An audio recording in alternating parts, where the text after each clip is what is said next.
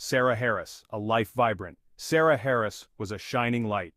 At 25, her life brimmed with promise, a smile that could light up a room, a laugh that was contagious. She had dreams, she had ambitions, life was good. Then, she met Dr. James Ryan. He was older, a renowned oral surgeon. Their paths crossed in his professional setting. Sarah, needing a routine dental procedure, found herself drawn to his charm. What began as a doctor-patient relationship quickly spiraled into something more. Dr. Ryan showered her with attention. Gifts, compliments, and promises filled her days. Sarah was smitten. She fell deeply in love.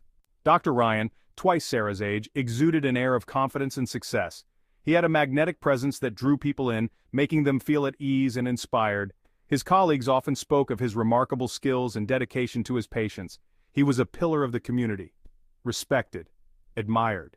His accolades were numerous, and he was often seen at community events, shaking hands and receiving awards for his contributions to medicine and society.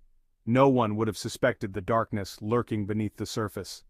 Behind his charming smile and professional demeanor, there were secrets that he kept well hidden from the public eye. He offered Sarah a job as his surgical assistant. It was an opportunity that seemed too good to be true, a chance to work closely with a renowned surgeon and gain invaluable experience. It seemed like a dream come true. Sarah was overjoyed, feeling that her career was about to take off in ways she had only imagined. She couldn't believe her luck. She would be working alongside the man she loved, learning from the best.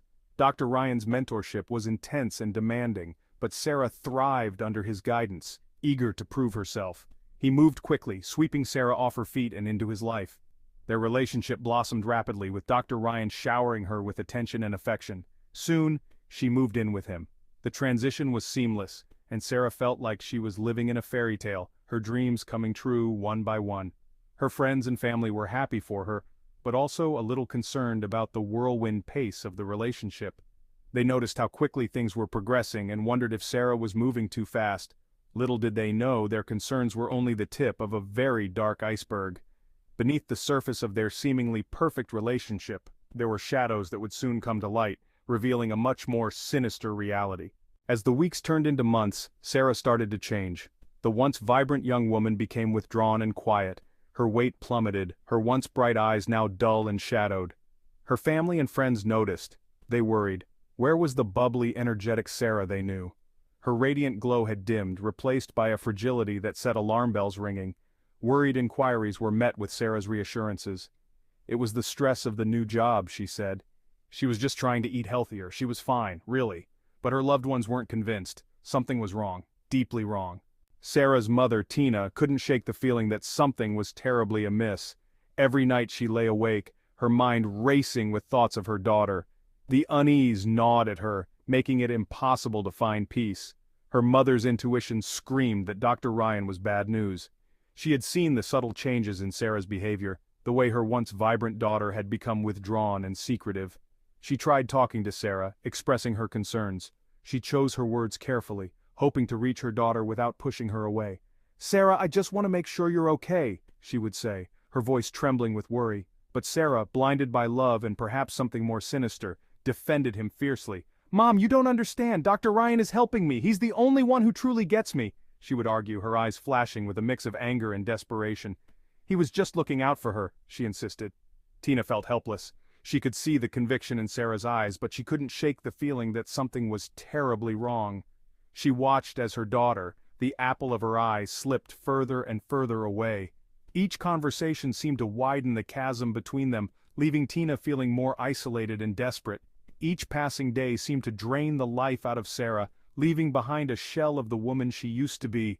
Her once bright eyes now looked dull and lifeless, and her laughter, which used to fill the house, had become a distant memory. Tina vowed to get to the bottom of it. She couldn't stand by and watch her daughter fade away. She would do whatever it took to uncover the truth. She would uncover the truth, no matter the cost. Tina began her quest, sifting through every piece of information she could find, determined to save her daughter from whatever dark force was pulling her away. Section 5. Unmasking the Truth.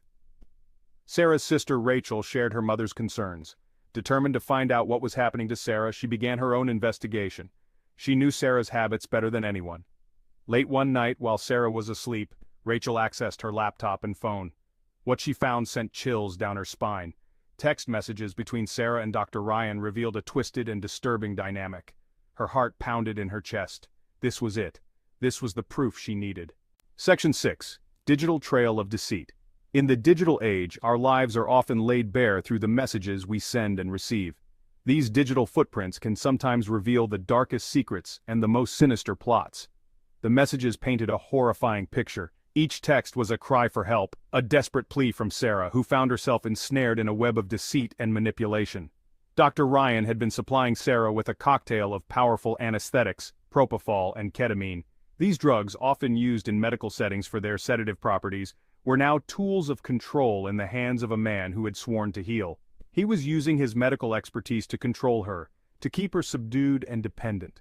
His knowledge of these substances allowed him to manipulate Sarah's physical and mental state, ensuring she remained under his influence. The texts were filled with Sarah's pleas for more drugs.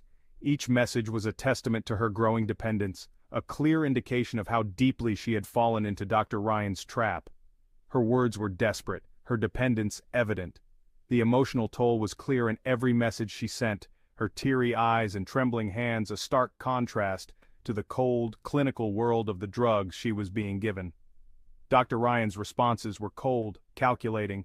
He knew exactly what he was doing, and his replies were designed to maintain his control over Sarah, to keep her coming back for more. He held the power, and he knew it. His smug expression and dominant demeanor were a chilling reminder of the control he wielded over Sarah's life. Rachel scrolled through countless messages, each one a piece of the puzzle that explained Sarah's drastic decline. This wasn't love. This was manipulation. This was control. The more she read, the clearer the picture became, and Rachel was determined to expose it. She knew that bringing this dark truth to light was the only way to free Sarah from Dr. Ryan's grasp. Her resolve was unshakable, her mission clear, to end this digital trail of deceit and bring justice to Sarah. Section 7. The Price of Betrayal. Rachel compiled the incriminating evidence. She took photos of medical equipment she found hidden in Dr. Ryan's house. She had proof. Armed with this information, she went to the police. Initially, they were skeptical. A respected doctor, a pillar of the community? Surely there was a mistake. But Rachel was relentless.